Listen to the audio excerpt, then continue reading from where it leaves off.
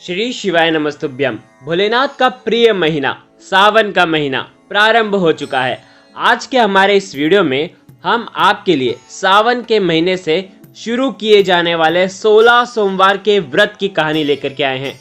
एक समय की बात थी, अमरपुर नगर में एक अमीर साहूकार रहता था। उसकी कोई संतान नहीं थी, जिस कारण वो दुखी रहता था। संतान प्राप्ति के लिए वो हर सोमवार व्रत करता था और शिव जी की पूजा आराधना करता था। संध्या के समय मंदिर में जाकर भगवान शिव के आगे घी का दीपक प्रज्वलित करता था। उसकी भक्ति देख माँ पार्वती प्रसन्न हुई और उन्होंने भगवान शिव से कहा, हे प्राणनाथ, ये आपका सच्चा भक्त है, कृपा करके इसकी इच्छा पूरी करें।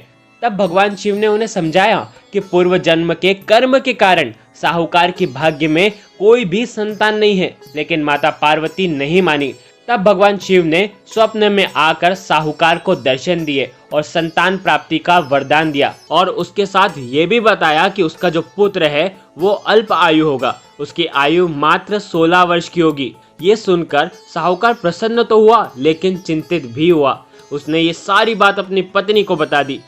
पुत्र की अल्प आयु की बात जानकर वो भी बहुत दुखी हुई, लेकिन साहूकार ने अपने सोमवार के व्रत का नियम नहीं छोड़ा। कुछ समय बाद साहूकार के घर में एक पुत्र का जन्म हुआ, जिसका नाम अमर रखा गया। अब अमर 11 वर्ष का हो चुका था। जब अमर 11 साल का हुआ तो साहूकार ने उसे अपने मामा दीपचंद के साथ शिक्षा ग्रहण करने के लिए काशी भेज दिया। साहूकार ने उन्हें रास्ते के लिए कुछ धन दिया और कहा, जहाँ भी तुम रात्रि विश्राम के लिए रहोगे वहीं यज्ञ कर ब्राह्मणों को भोजन करवाना और यात्रा प्रारंभ करना। अमर और दीपचंद एक राज्य में पहुंचे जहाँ की राजकुमारी का विवाह था, परंतु जिस राजकुमार से उनका विवाह होने वाला था वो कान्हा था। ये बात किसी को पता न चले, इसलिए उस राजकुमारी के पिता ने अमर से दुल्हे की जगह बैठने की विनती करी। अमर ने विनती स्वीकार करते हुए राजकुमारी चंद्रिका से विवाह कर लिया। लेकिन जब विदाई होने लगी तब अमर ने राजकुमारी चंद्रिका को सारी बात बता दी और उन्हें अपने पिता के घर छोड़कर काशी चले गए। जब अमर 16 वर्ष का हुआ तब उन्होंने एक यज्ञ का आयोजन किया और यज्ञ की समाप्ति पर ब्राह्मणों को भोजन करवाया और अन्न और वस्त्र का दान किया।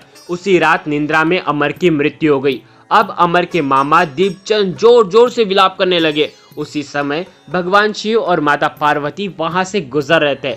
विलाप की आवाज सुनकर माता पार्वती ने शिव जी से कहा कि वो उस रोते हुए व्यक्ति का कष्ट दूर करे। तब भगवान शिव ने कहा, ये वही साहूकार का बालक है जिसे उन्होंने 16 वर्ष तक जीवित रहने का वरदान दिया था। तब माँ पार्वती ने भगवान शिव से कहा, हे प्राणनाथ, इसके पिता 16 वर्ष से सोमवार का व्रत करते हैं और आपको भोग भी लगाते हैं, कृपा करके इसके दुखों को दूर करें। तब माता पार्वती की प्रार्थना सुन करके भगवान शिव ने अमर को जीवन का वरदान दिया। वरदान प्राप्त होते ही अमर जीवित हो उठा और उसने अपनी शिक्षा पूरी करी और अपने नगर की ओर वापस लौट गया। लौटते समय वो नगर आया जहां अमर का विवाह हुआ था। वहां के राजा और राजकुमारी चंद्रिका ने उन्हें पहचान लिया। तब राजा ने राजकुमारी चंद्रिका को अमर के साथ प्रसन्नता पूर्वक विदा किया। वहीं दूसरी ओर साहूकार और साहूकारनी 16 वर्ष की आयु में उनके पुत्र की मृत्यु निश्चित थी। इसी कारण वे बड़े दुखी रहते थे और कष्टों से अपने जीवन को व्यतीत कर रहे थे। तभी उनका पुत्र अमर राजकुमारी चंद्रिका के साथ उनके घर लौटा।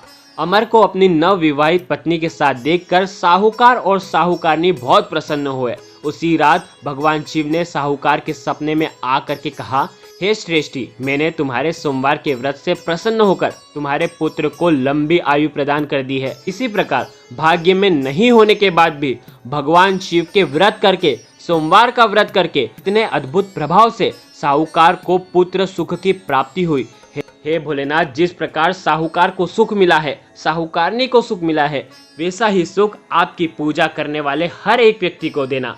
अगर वीडियो अच्छा लगा हो और कथा अच्छी लगी हो तो वीडियो को लाइक जरूर करें, कमेंट में ओम नमः शिवाय जरूर लिखें और चैनल को जरूर सब्सक्राइब करें। धन्यवाद।